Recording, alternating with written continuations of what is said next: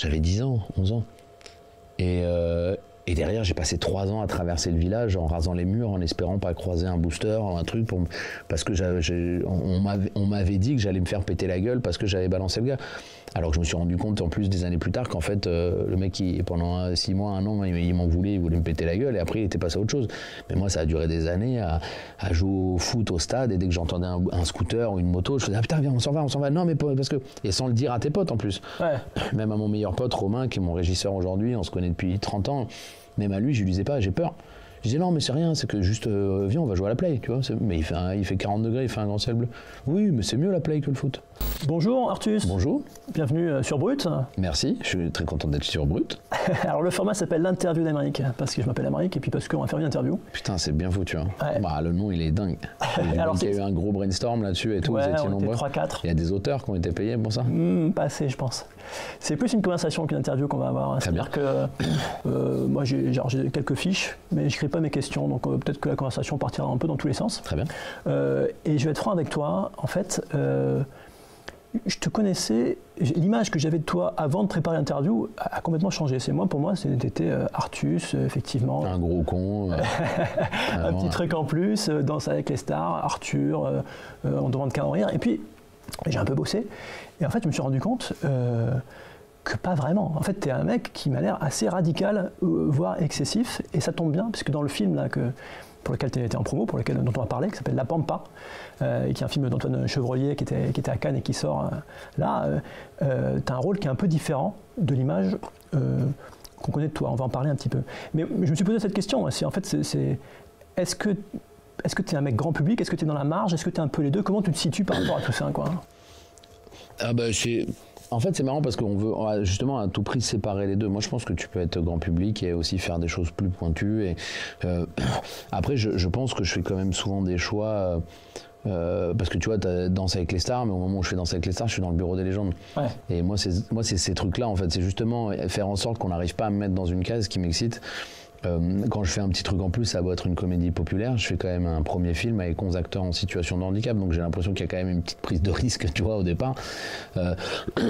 Donc non, j'aime bien. En fait, je joue chaque cartouche comme si c'était une cartouche unique. Vous pouvez venir, café. Hein. Alors, merci le café beaucoup. arrive. Toujours. On est en train de discuter. Le café peut venir. Tu seras à la plan. Allez-y, venez. Mais non, tout va bien. Bah... Regarde, on discute. On était en train de dire. Merci pour le café. Merci. Non, ça va, j'en ai pris. Ah, tu as? Oui, je vous remercie. Et non, en tout cas, je fais tout à fond. Excessif, oui. Excessif, ouais. T'as mis le doigt dessus quand tu me dis excessif, oui, c'est mon... Alors, voilà. Parlons-en. Pour La Pampa, en fait, tu as un deuxième rôle, un second rôle, un troisième rôle même. Enfin, c'est un petit rôle quelque part, c'est pas le premier rôle. Ouais, c'est un second rôle, il y a beaucoup de second rôles. Tu as perdu 35 kilos en 7 mois. En 4. En 4 mois? Ouais. En fait, comme je tournais un film, avant je tournais la série Benoît Gênant, voilà. Et du coup, au moment où j'arrête le tournage, j'ai que 4 mois avant de démarrer celui d'Antoine. Donc et comme je dois être raccord, je pouvais pas démarrer mon régime avant, parce que sinon j'aurais pas été raccord dans la série avant. Donc j'avais vraiment un laps de temps de 4 mois pour perdre ces 35 kilos. Et donc voilà, je me suis motivé, j'ai arrêté. De toute façon, c'est toujours ça, moi c'est tout ou rien. C'est ça, tu vois, l'alcool, la clope, le machin, tout ça, voilà. Pour un second rôle, quelque part. Souvent, on dit les acteurs, l'acteur studio, machin, mais en général, ils ont le premier rôle. Toi, c'est vraiment... oui, mais... C'est le réalisateur, Antoine Chevrollier, que tu connais bien. Ouais, déjà, c'est la famille. Antoine, donc voilà, je voulais pas le lâcher sur ce projet-là.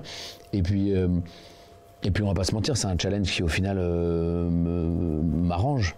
Enfin, tu vois, il m'aurait dit, il faut en prendre 40, je suis pas sûr que j'aurais dit oui, tu vois. Ouais. Mais là, il faut en perdre 35. Moi, je savais qu'il me fallait un déclic, un truc pour me motiver et pour perdre ce poids. Donc ouais, ça me paraissait... Et puis je savais que j'enchaînais avec le mien derrière, donc en plus je me suis dit au moins pour le mien je serais bien. En plus, ouais. Voilà. Mais comment t'as fait pour perdre, parce que 35 kilos en 4 mois Ben, en fait t'arrêtes de bouffer, hein. Après ça peut être dangereux, moi j'ai eu de la chance, j'ai un bon métabolisme, mon corps m'a jamais lâché et tout ça, mais je faisais beaucoup de sport tous les jours, je mangeais 600 calories par jour, okay. Ce qui est pour un adulte comme moi, l'apport journalier il est plus de 3000. Donc j'étais en vrai déficit. Voilà. Après j'avais un coach qui me suivait matin, midi et soir à la cantine sur les tournages. C'est lui qui faisait les. Parce que les tournages c'est dur. Hein. T'as des tables régies partout. Si t'aimes la bouffe, tu vois, c'est quand même on tourne, mais il y a beaucoup de pauses. Tu t'arrêtes souvent sur un tournage. Donc qu'est-ce que tu fais quand tu soit tu fumes, soit tu vas bouffer quoi. Ouais. Et voilà. Et moi j'avais arrêté la clope à ce moment-là, donc j'allais bouffer. Ouais, alors t'avais arrêté la clope, t'avais arrêté l'alcool. Alors ça on en a pas mal parlé à cause de cette fameuse émission. Où Léa Salamé, quelle époque, te dit que t'es devenu chiant parce que t'as arrêté ça. Bon, je pense qu'elle voulait faire une blague, mais... je pense que c'est l'émetteur. Je pense qu'en fait, c'est parce que c'est Léa Salamé qui l'a dit qu'elle s'est pris beaucoup de trucs. Moi, j'aurais fait la même vanne à quelqu'un, je pense pas que il y aurait eu ces retombées. Donc voilà, je trouve que c'était peut-être maladroit, mais c'était pas méchant, et je sais pas si ça méritait de tout ça. Et puis moi, je me voulais en aucun cas porte-parole des gens qui ont arrêté de boire. J'ai d'autres combats plus que celui-là. Pour être tout à fait honnête, d'ailleurs, depuis, je rebois un peu parce qu'en fait, surtout, je faisais des crises d'épilepsie. Et on ne savait pas d'où ça venait. Et l'alcool est un facteur aggravant des crises d'épilepsie. Donc le lendemain d'avoir picolé, je faisais des crises. Donc j'ai arrêté pendant 1 an et demi jusqu'à ce qu'on trouve pourquoi je fais ces crises. Aujourd'hui, je suis sous traitement anti-épileptique, donc je peux me permettre de reboire, hein, voilà.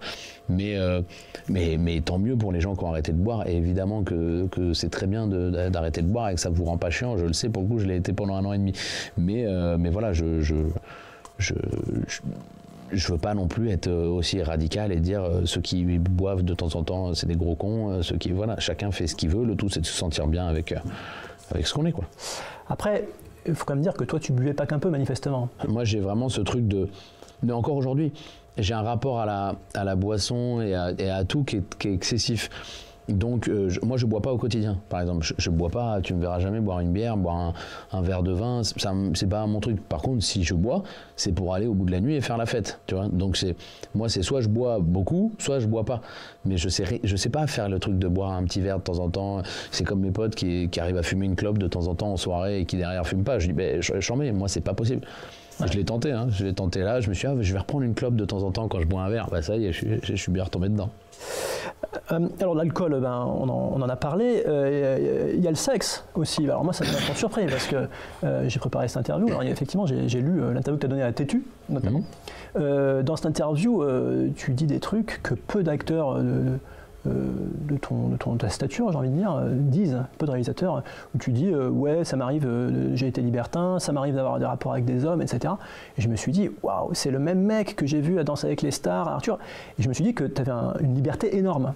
Le fait de le dire, c'est qu'en fait tu t'en foutais quelque part et que tu t'assumais le tout quoi. Pourquoi oui, mais parce qu'on m'a posé la question et parce que j'assume tout, parce que j'ai pas de sujet tabou en fait, donc voilà, on me pose la question, moi j'y réponds et il y a aucun problème. Je trouve qu'à partir du moment où tu caches ça, en plus si tu l'as fait comme j'ai déjà expliqué, voilà, d'avoir eu des relations machin, si je le cache, ça veut dire que vraiment je suis pas en phase avec moi-même et qu'il y a un truc que j'assume pas. Moi j'assume tout, tu me poses la question, je te dis oui, il y a pas de souci. J'ai déjà eu des relations avec des gars et ce que j'ai expliqué, c'est qu'en plus c'était dans un contexte de club libertin, de trucs où si t'écoutes ton corps à ce moment-là, quand la première fois que je suis rentré dans un club, j'y vais plus maintenant parce que je suis marié et tout va bien, mais on n'est pas à l'abri d'y retourner un jour.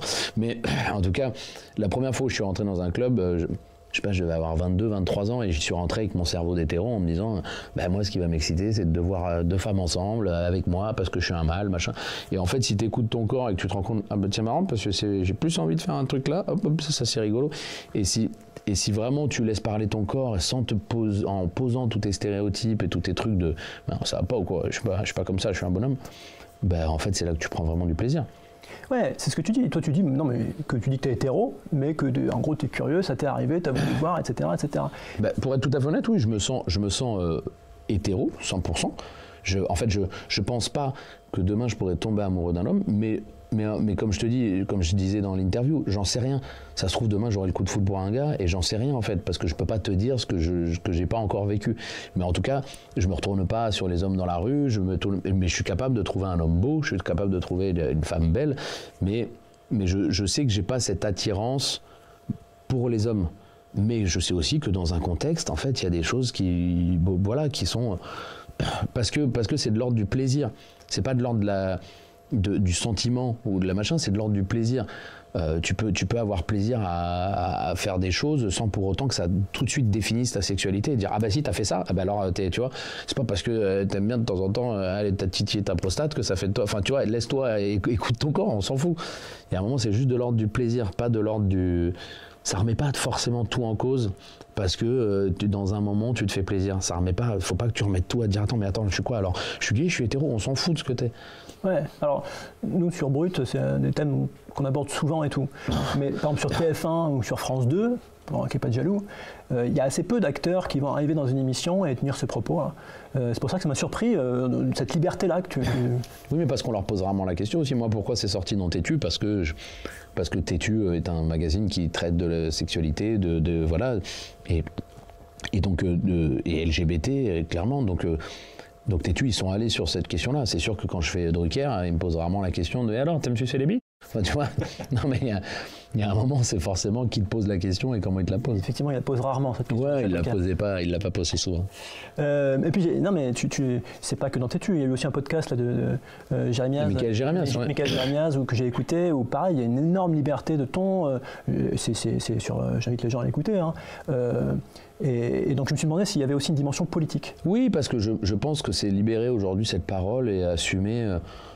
Je pense que le fait qu'un gars comme moi, qui vient du rugby, machin, un peu bourrin, un peu truc, qui assume ces choses-là, je pense que ça permet de libérer les choses. On en parlait tout à l'heure en interview avec Saïd, qui joue dans le film aussi. Moi, je trouve ça très bien que des gens touchés parlent de sujets, que des homosexuels évidemment parlent de l'homophobie, que des Arabes et des Noirs parlent du racisme, que des Juifs parlent de l'antisémitisme, mais je trouve ça encore plus fort quand c'est quelqu'un qui n'est pas touché par ça. Moi, quand je fais mon film sur le handicap, je ne suis pas touché par le handicap, mais je pense que ça porte le message ailleurs, en fait. C'est évidemment qu'il faut que tout le monde en parle, mais je trouve que parler de l'homophobie ou parler du racisme quand tu n'es pas touché par ça, ça ouvre un autre public, en fait. Ça ouvre des gars qui disent « Putain, mais d'où il parle de ça, lui, qu'est-ce qu'il y connaît ?» On s'en fout, il n'y a pas besoin il n'y a pas besoin de savoir ce que c'est pour te dire que être raciste aujourd'hui, les gars, c'est pas possible en fait. Quand je fais mon premier sketch sur le handicap, sur les Jeux paralympiques, je pense sincèrement que je vais me faire défoncer. J'attends, je me dis écoute, c'est fin de carrière, merci, au revoir, voilà, mais je l'ai fait au moins, j'ai fait ce qui me parlait vraiment.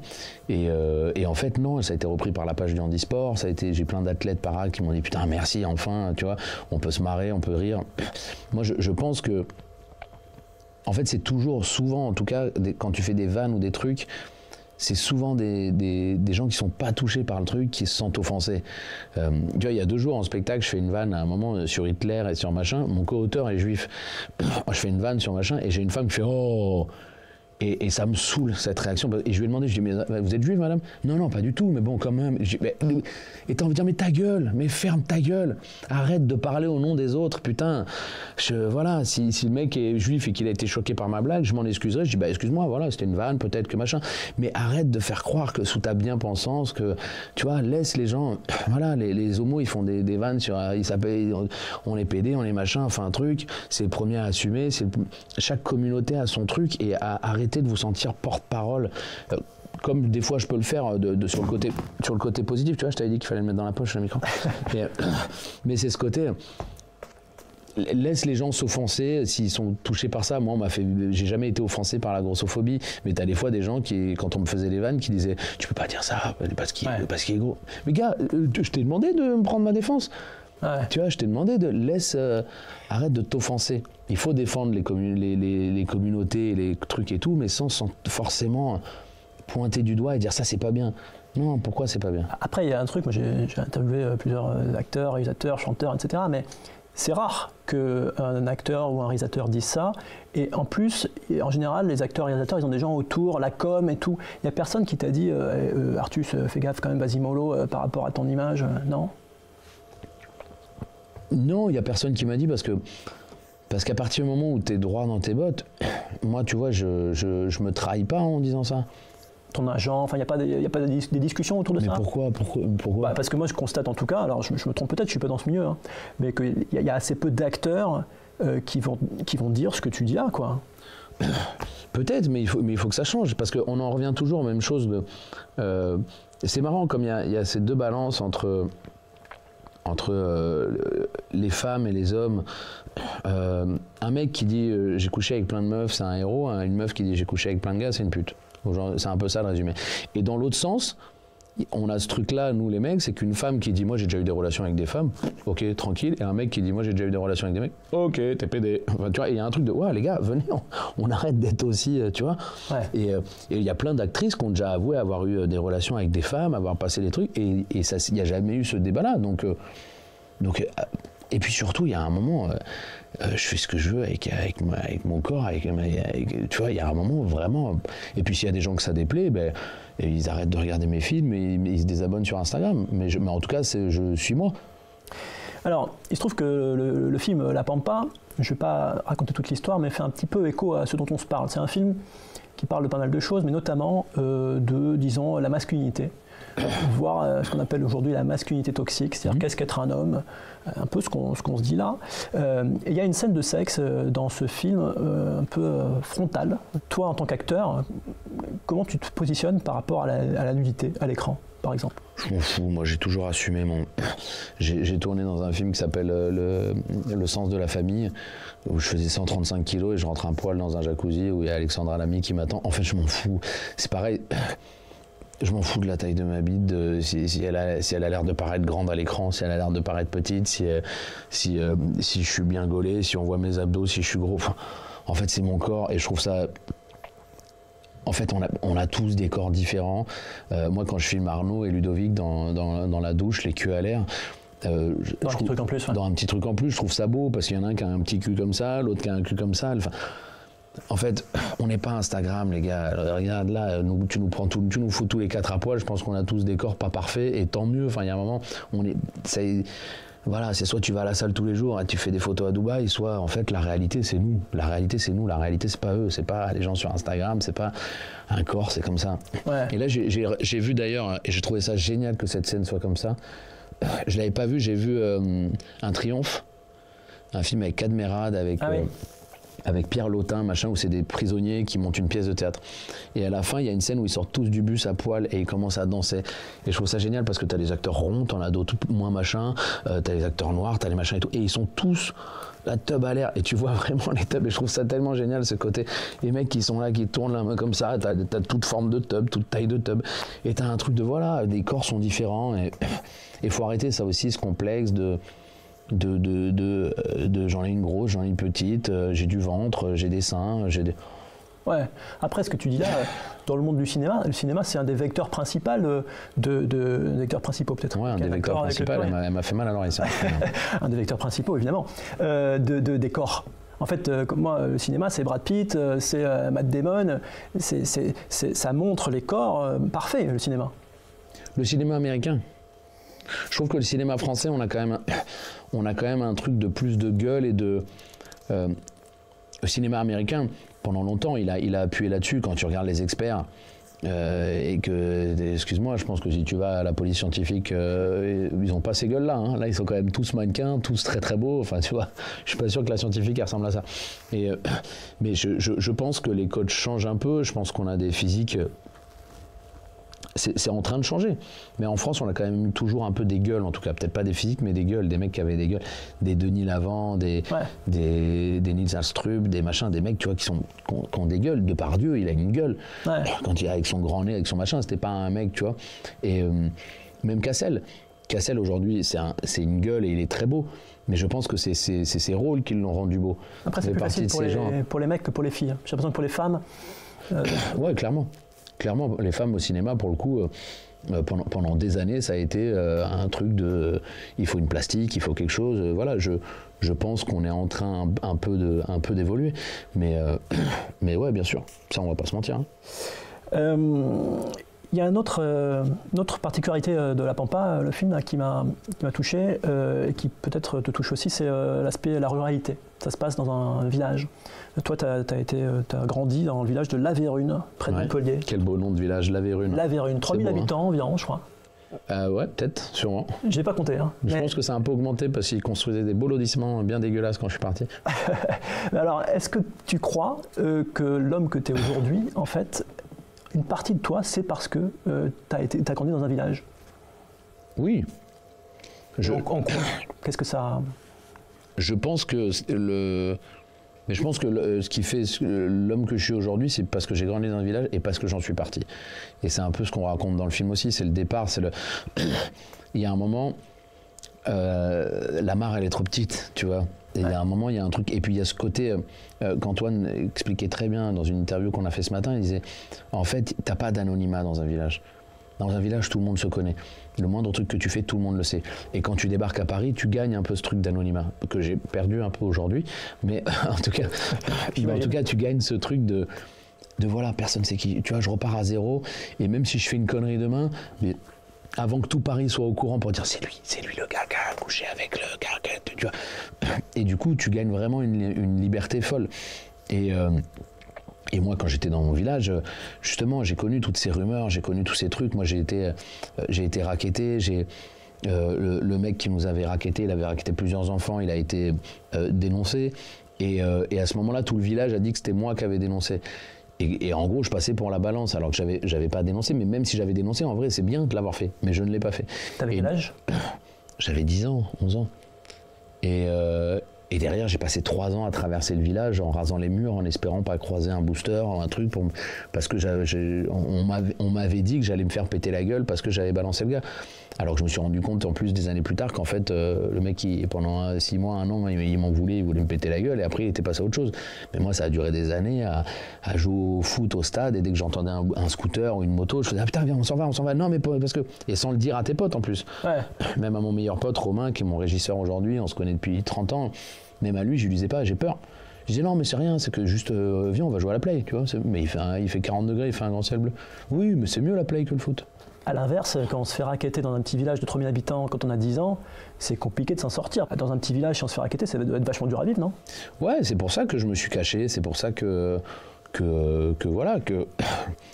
j'ai vécu 3 ans. Et c'est marrant, mes parents l'ont appris il y a peu de temps, je crois dans une interview, dans un truc, ils m'ont dit mais c'est quoi cette histoire ? J'ai dit ils étaient au courant parce qu'on était allé à la gendarmerie expliquer le truc du...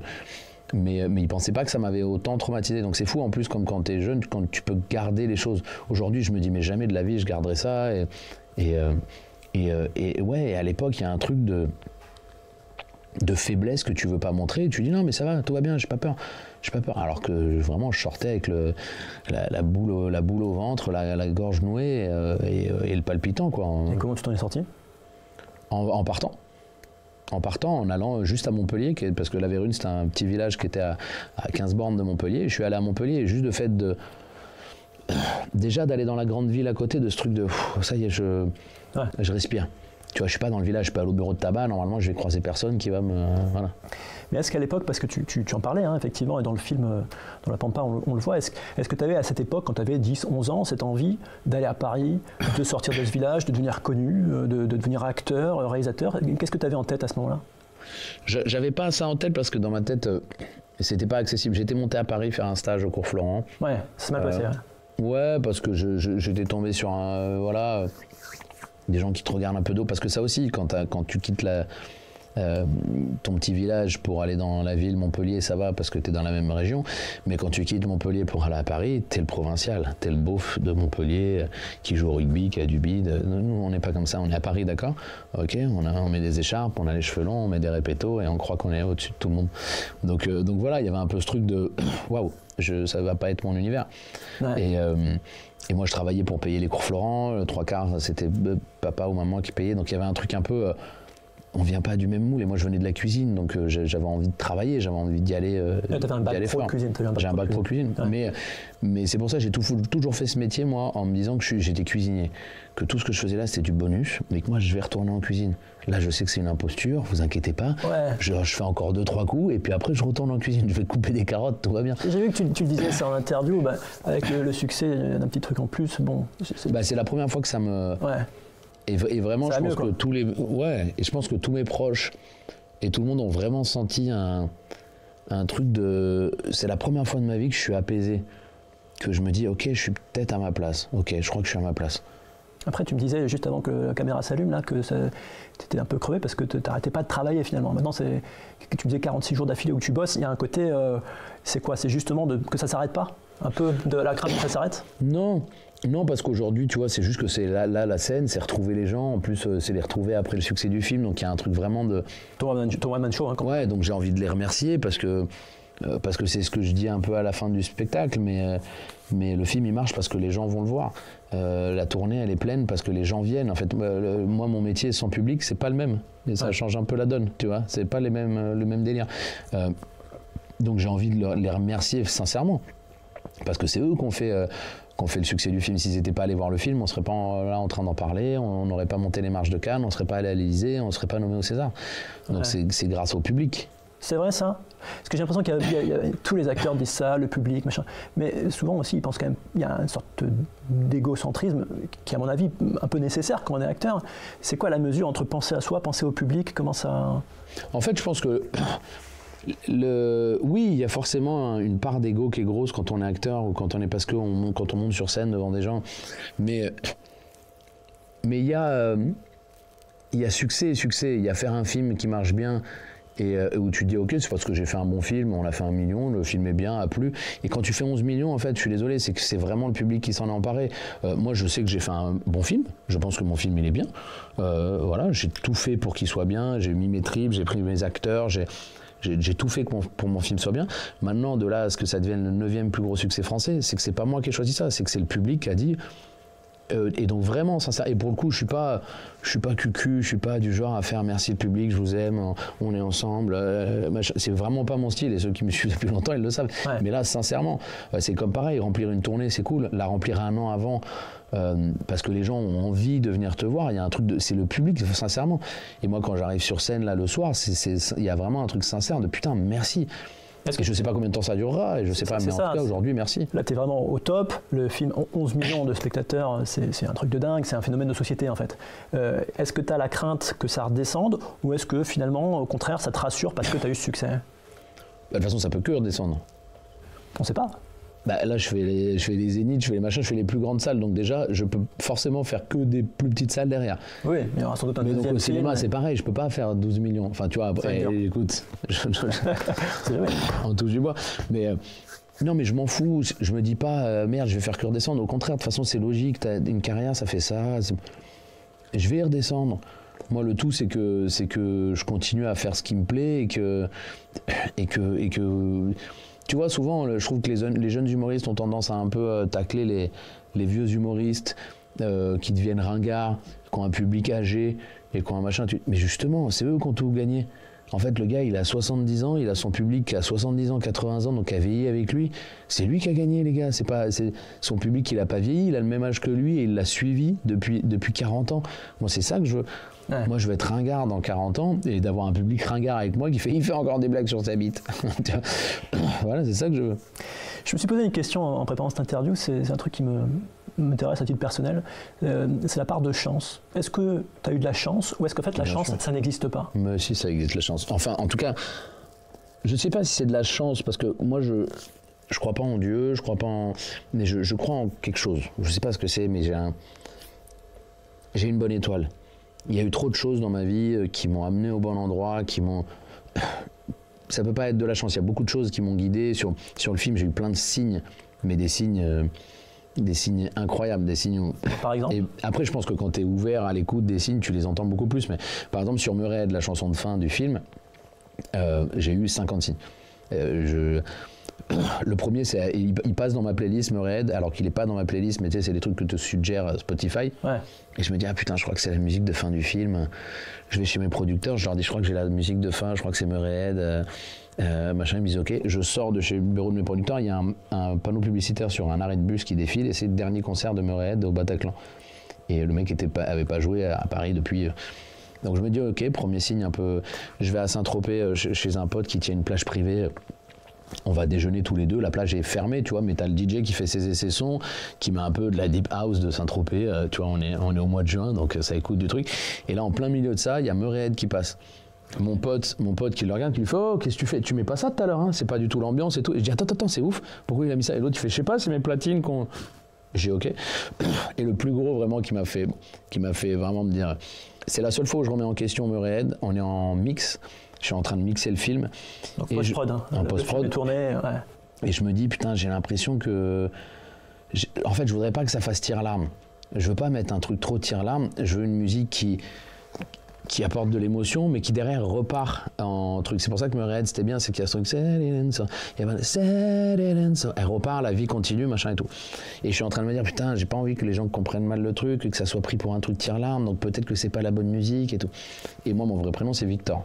Ouais. Et je sors Victor Artus Molaro. Ouais. Voilà, et je sors de chez le mixeur où on est en train de mixer le film. Je monte dans le taxi, je te jure que c'est vrai. Je peux le jurer sur tout ce que j'ai de plus cher. Je monte dans le taxi, il y a Julien Courbet à la radio.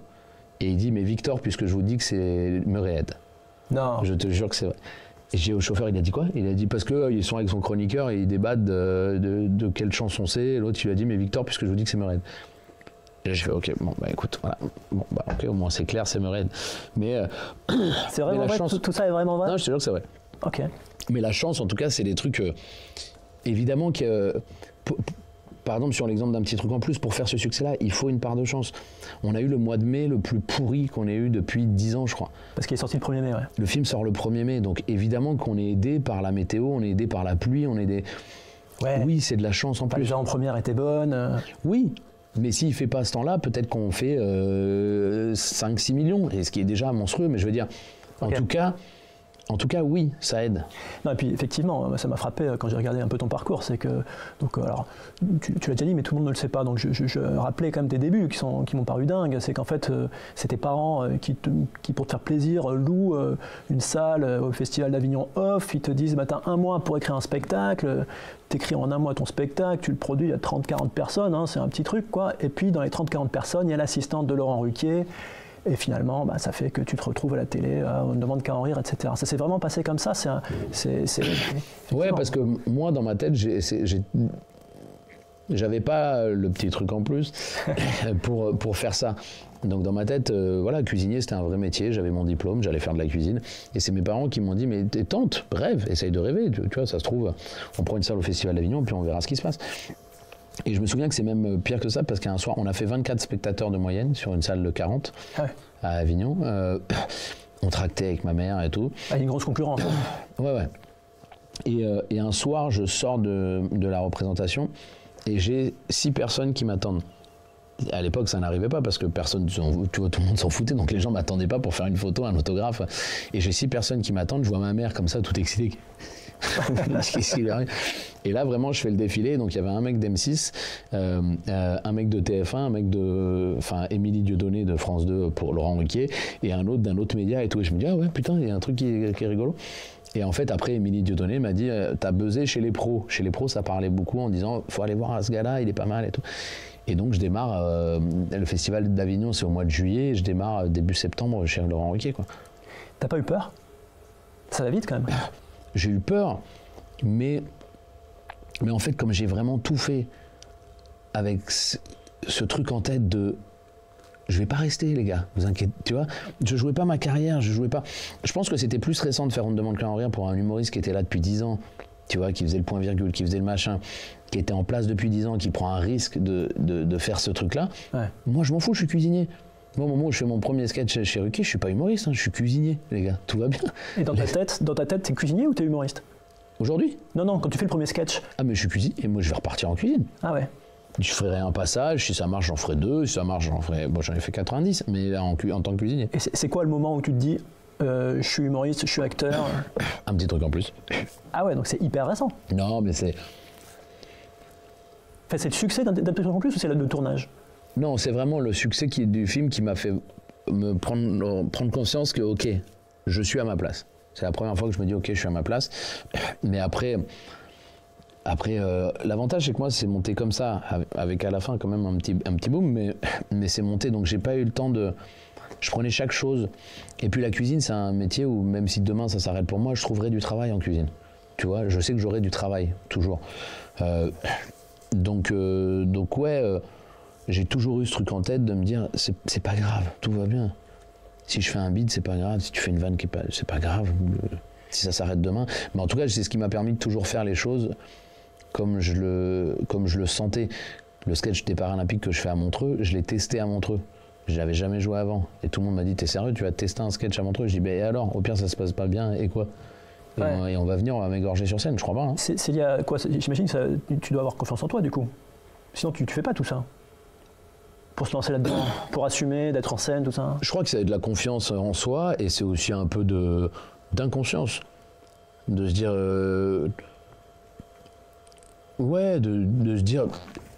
En fait, je joue pas ma vie. Vraiment, je joue pas ma vie. Ouais. Et puis, le stress, je me suis rendu compte que c'était pas un facteur...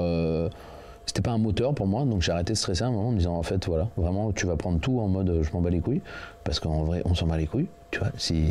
Même le premier jour de tournage, un petit truc en plus, quand tu te retrouves à devoir diriger une équipe, il n'y a pas un moment où tu te dis, oula. Non, mais après, tu peux t'en battre les couilles, mais je pense que je suis très pro et très carré dans ce que je fais, et très machin. Mais en tout cas, je joue pas je me dis pas, c'est ma cartouche, il faut que je la... Tu vois, il y a un truc de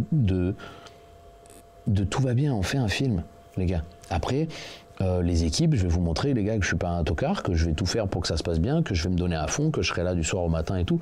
Mais tout va bien. On n'est pas en train d'opérer un enfant à cœur ouvert.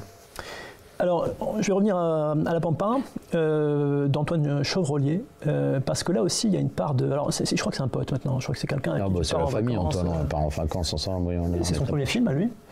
Et donc, vous êtes rencontrés quand tu as fait le casting du Bureau des légendes. Ouais, lui, donc, il gérait le casting, et puis il a tourné des épisodes du Bureau des légendes. Et donc, tout ça, ça a été dit pendant la promo, mais moi, je suis curieux. Je veux savoir comment ça se passe.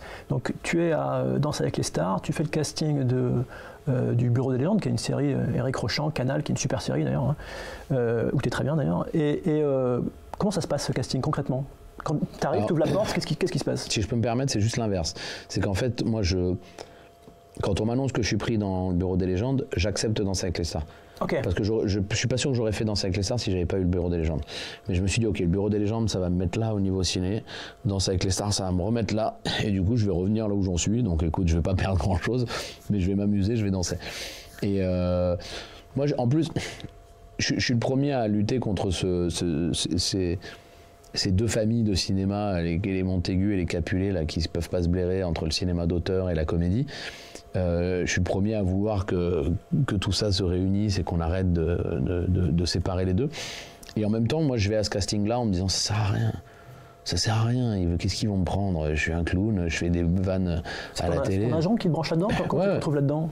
Ouais, c'est l'agent, clairement, qui me dit vas-y et tout. Je dis, mais ça sert à rien. Parce que c'est étonnant à la base. Enfin, le Bureau des légendes, Artus à l'époque, on se dit pas, ah ouais, Artus dans le Bureau des légendes, ça fait sens. On se dit, ah tiens, pourquoi pas? Mais il y a un côté surprenant quand même. Ouais, mais c'est ça qui est... Mais encore aujourd'hui, c'est ça qui est... C'est que là, t'étais surpris que je sois dans la Pampa, tu vois. Ouais. C'est ça qui est un peu dommage. C'est de se dire... Mais parce que peu de gens le font. En fait, toi, t'as mais parce qu'on laisse pas la place aux gens. On laisse pas la possibilité aux gens de le faire. C'est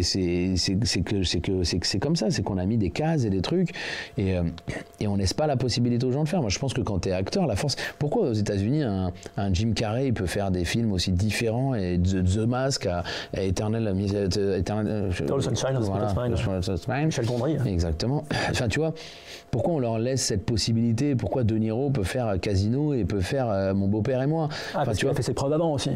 Mais même, justement, en France, tu fais tes preuves avant et après, tu restes dans cette case-là. Et tu vas pas ailleurs. Et non, moi, je pense que quand tu es acteur, là, après, si tu es bon dans le truc que tu fais, laissons la chance aux gens. Regarde aujourd'hui un Franck Dubosc qui assume et qui dit mais là en fait moi j'ai envie de faire un film comme ça qui est pas Camping, qui était très bien en plus. Camping, c'est pas la question, c'est juste que là il fait autre chose, il réalise ses films qui sont un peu différents de l'image et c'est charmé, et voilà en fait mais du coup c'est à nous de le faire. C'est à nous de changer l'image et de dire si, je vous assure qu'on peut se débrouiller là-dedans. Et alors donc du coup, alors j'essaye de garder le fil de mes questions, mais tu ouvres la porte, tu rentres dans le casting du Bureau des légendes, qu'est-ce qui se passe? Comment ça se passe? Y a Antoine qui me dit bah vas-y, joue la scène, et puis c'est un casting classique, hein, vraiment. Il y a un casting classique. Je t'ai dit, moi je le fais un peu en tête en me disant je suis en train de perdre 1 heure de mon temps parce que ils vont justement prendre un mec, tu vois, pointu du conservatoire, de ce que tu veux. Et au final, je sais même pas si je fais un callback. Un callback, je crois que je fais un callback, c'est-à-dire une deuxième fois, ils me font revenir en disant vas-y, refais ce que tu as fait. Et après ils me disent que je suis pris, et voilà. Tu te rappelles de la scène que tu as jouée? Non. Ah si, c'était l'intro. C'était celle, les gros ça chie. Pourquoi dès qu'on va aux toilettes, dès qu'on ressort et que ça sent la merde, on pense que c'est nous qui avons chié. Tout ça parce qu'on est gros. Comme si les gros ça chiait toute la journée. Donc c'est un truc dans le genre, à peu près, hein, je l'ai un peu repimpé là. Ouais, mais j'ai lu d'ailleurs dans une interview, tu disais qu'en fait le casting, tu avais pu le passer justement à cause de ton poids aussi. C'est-à-dire qu'ils voulaient casser des euros, quoi. Bien sûr, ils cherchaient, je peux vous dire ceux qui l'ont passé. Hein. Oui, c'est-à-dire que tu arrives, tu vois qu'effectivement... Non, moi on s'est pas vu, mais je sais que oui, ils cherchaient quelqu'un de gros pour le rôle. Mais c'est là que je te dis que la bonne étoile, la chance, si à ce moment-là je suis pas gros, je fais pas le rôle, je rencontre pas Antoine, il y a pas de... voilà, donc c'est le mec qui m'a pris parce que j'étais gros il y a 3 ans m'a fait perdre 35 kilos pour faire son prochain film. Donc, oui, c'est vrai. Continuons sur le cinéma. Comment tu te situes aujourd'hui? Alors il y a les Césars évidemment, donc les Césars, effectivement, un petit truc en plus, nommé au César du meilleur premier film. Alors il y en a beaucoup qui ont dit une seule nomination seulement, c'est quand même pas mal. Comment tu te situes toi? Moi je suis très heureux d'avoir eu cette nomination, je suis très fier, voilà, je trouve ça charmé. Déjà, de mettre un film aussi populaire, une comédie populaire comme ça, au milieu de ces films-là, je suis très heureux et très fier. Maintenant, j'espère que ça va continuer à évoluer là-dessus. Parce que c'est pareil, c'est toujours ce truc de ne pas mélanger les deux cinémas. En plus, on est dans un cercle vertueux en France, c'est-à-dire que les films qui marchent permettent de financer d'autres films qui vont peut-être moins bien marcher et tout. Donc venez, on arrête de se tirer dessus et de se dire « Ah, la comédie, c'est de la merde. Ah, mais non, les films d'auteur, c'est chiant. » Venez, il y a des bons films et il y a des merdes des deux côtés. Franchement, on est un match nul. T'aurais pas aimé voir des acteurs, ça aurait été aussi un symbole fort d'avoir un acteur de ton film nommé, quoi. Bien sûr que j'aurais aimé voir un de mes acteurs nommés, mais en même temps, j'aurais été triste et déçu pour les autres. Ouais. Donc, les autres acteurs du film. Je trouve qu'un petit César global pour toute l'équipe, ça aurait été cool, mais... À Cannes, c'est possible, César. Ouais. Non, mais voilà, déjà, l'avantage, c'est que si jamais on gagne le premier film, on touche du bois. Bon, je pense que statistiquement, on n'est pas les plus... les bookmakers nous mettent pas gagnants, mais voilà, dans tous les cas, ça sera une victoire pour tous. Et puis, dans tous les cas, si on l'a pas... ça sera un souvenir de plus, ils vont aller à la cérémonie des Césars, En fait, c'est ça, c'est que eux, en soi, ils s'en foutent de la statuette. C'est juste de se dire, putain, je suis là, ah ouais, je suis au même stade que les acteurs là, ah ouais, ok, voilà. Je suis pas dans mon IME et dans mon truc, je suis là, je suis acteur. Le handicap, les personnes handicapées, c'est un combat que tu as annoncé que tu allais faire des lieux de vie. C'est quoi l'idée? C'est quoi l'ambition? Comment tu vois le truc? L'idée, c'est de faire bouger les choses. Déjà, si sur le regard, ça permet de faire bouger les choses, parce que moi, je veux pas... Le but, c'était pas de montrer, regardez, ils sont pas bien, machin, oh, bah, tu vois, ça fait des années qu'on regarde comme ça les gens en situation de handicap, mais c'est juste de montrer qu'ils sont comme nous, en fait, allez-y, va leur parler, va machin, il y a un truc de... Et puis, si tu comprends pas, ben voilà, t'auras au moins tenté, tu passes à autre chose, mais je te jure que tu vas vivre un moment fou, parce que la simplicité qu'il nous apporte, mais dans le bon sens du terme, dans les rapports humains, de se dire bonjour, de sourire, de putain, regarde les gens dans la rue, tout le monde fait la gueule, quoi, essaye de sourire aux gens, des fois, de temps en temps, t'as l'impression de passer pour un agresseur, quoi. Enfin, il y a un truc de, venez, on se sourit, venez, on se dit merci, on arrête de faire comme si les autres n'existaient pas et comme si on était seuls dans notre monde. Et eux, ils ont vraiment ça, ils se connectent à toi, et il y a un truc de ça va, je suis content d'être là, hein, je t'aime, hein, je suis content, je peux te faire un câlin, et de trucs de putain, ça fait tellement de bien. Qu'est-ce qu'on est devenus des gros cons, les valides. Les valides, parce que ça aussi, qui a décidé que nous, on était valides, handicapés, on ne sait pas. Mais putain, au lieu de juger les autres, vraiment, regardez-vous, regardez-nous, et on est d'une tristesse.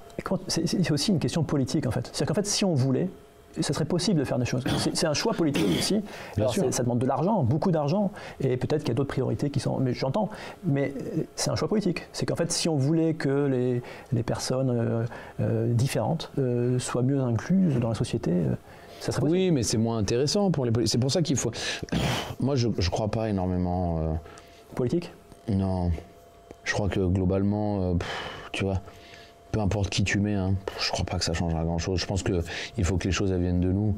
C'est pour ça qu'il faut monter des assos, faut faire les choses, que ça soit sur tous les sujets. C'est le refuge, je fais beaucoup plus de choses sur l'homosexualité que la politique. Le personnage fait beaucoup plus de choses sur le handicap que ce que fait la politique. Donc, et puis en politique, tout est long. C'est-à-dire que oui, on va peut-être te dire, on va rajouter une station de métro adaptée. Ouh, projet 2047, vous aurez un métro. Ouais, les gars, il y a un moment, ça va. Hein, tu vois. Donc,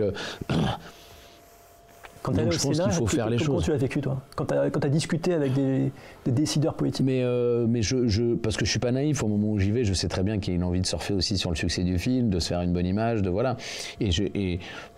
Et tant mieux, tout est bon à prendre, et tout est. Moi, si ça me permet s'il y en a un parmi d'autres qui a saisi un petit truc et qui va permettre de bouger les choses, tant mieux. Mais je me fais pas d'illusions. Je pense que vraiment, le changement vient du privé, vient de nous. Tu vois, il y a eu les Jeux paralympiques qui ont fait un peu bouger les choses, il y a eu le film qui a fait un peu bouger les choses. Derrière, il y a un remaniement, il y a un changement de ministre. On oublie un ministre. Il y en a un qu'ils n'ont pas nommé, c'est le ministre du handicap. C'est quand même, tu te dis, waouh les gars, vous êtes 20 autour d'une table, il n'y en a pas un qui dit, excusez-moi, je crois qu'on a oublié un ministre. Ah bon, qui ça? Bah Michel, là, qui est... Ah ouais, bah les cons. Enfin, tu vois, tu dis, en fait, les gars, c'est peine perdue, quoi. Je trouve vous êtes tous très sympathiques, hein, mais c'est peine perdue. Moi, aujourd'hui, je veux faire avancer les centres et les trucs pour les gens qui sont dépendants, pour les gens qui ont un petit truc en plus et qui ne peuvent pas vivre tout seuls, qui ont besoin de... Voilà. Ça commence quand, d'ailleurs? Tu sais comment ça se passait, là? T'as un agenda ou pas? Écoute, le but, là, c'est de trouver un lieu rapidement, de faire tous les travaux, parce que je veux vraiment le rendre beau, chaleureux, agréable, voilà, de créer les activités, de prendre l'équipe. Je pense que si on veut être optimiste... c'est pas avant 2 ans, parce qu'il y a une réalité de structure à monter, de choses à faire, de travaux, de trucs, donc voilà. Mais on fera en sorte que ça soit le plus rapidement possible, et puis le but c'est qu'après il y en ait 2, 3, 4, 5, 6, 7, 8, 9, 10, qu'on en ouvre plein. Un petit truc en plus, j'ai lu que les Américains avaient acheté les droits pour faire un remake, c'est vrai ça? Ouais. Ça va peut-être se faire ou... Écoute, je sais pas si ça va se faire, en tout cas je crois qu'ils sont en train de racheter les droits. Moi, j'ai dit à mes producteurs, mais moi, je crois que c'était pas très malin. Mais pour moi, c'est un film où tu n'as même pas besoin de racheter les droits parce qu'en fait, tu peux pas refaire le même film. Il faut que tu castes tes acteurs. Tu peux pas trouver un fan mais même un fan de Johnny Hallyday, enfin de Michael Jackson ou de qui tu veux. Enfin, tu vois, il faut que tu castes ton équipe et que tu construises le film autour. Donc c'est compliqué de faire un remake. Oui, bien sûr. Mais donc c'est compliqué de faire un remake. Ouais. Ça me paraît un peu casse-gueule. Toi, là, j'ai vu qu'on était sorti en Hongrie et qu'on était interdit aux moins de 16 ans. Ça m'a un peu... Je me suis dit, ah ouais, pourquoi? En Hongrie, j'aimerais bien savoir pourquoi en Hongrie, ce film est déconseillé aux moins de 16 ans. Juste, autre chose sur le cinéma, ça m'a surpris parce que dans les interviews, quand on te demande un peu tes références cinéma, ce que tu as mis en cinéma, tu cites Tim Burton. Ouais. Ce qui est a priori assez loin de l'univers que je connais de toi, mais bon, ça n'empêche pas finalement. Qu'est-ce que tu aimes chez Tim Burton? Ce que j'aime chez Tim Burton, c'est Tim Burton, c'est Disney, c'est tout ce que tu veux, c'est ce truc de nous emmener ailleurs, en fait, de créer un monde qu'on ne connaît pas et qu'on l'accepte. Je trouve ça génial de se dire, tu vois, je vais faire un personnage qui aura des jambes très très longues comme ça, un tout petit truc, une tête un peu avec des bras très longs, en pâte à modeler, qui marchera comme ça. Après, Burton, il est plus dark que l'essentiel des Disney, quoi.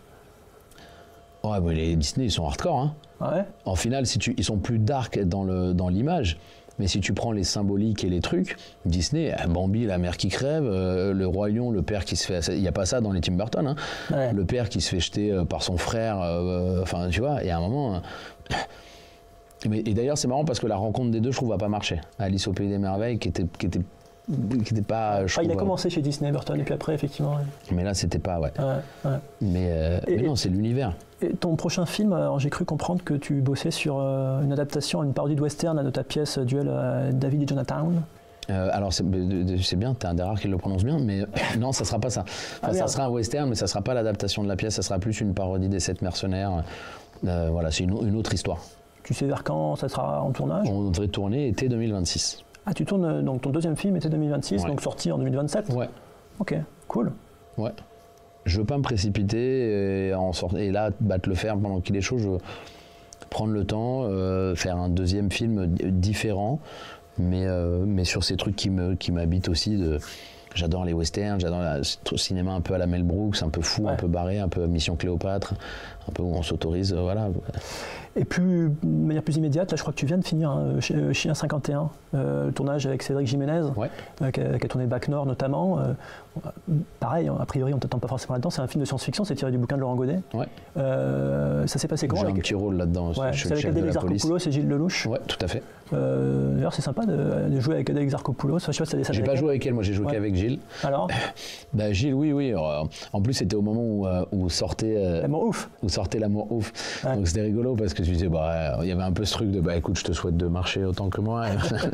Et ça a très bien marché et tout. Donc non, on se faisait un peu des petites vannes et qui a surtout chopé 14 nominations, là, 13 ou 14. 13, je crois.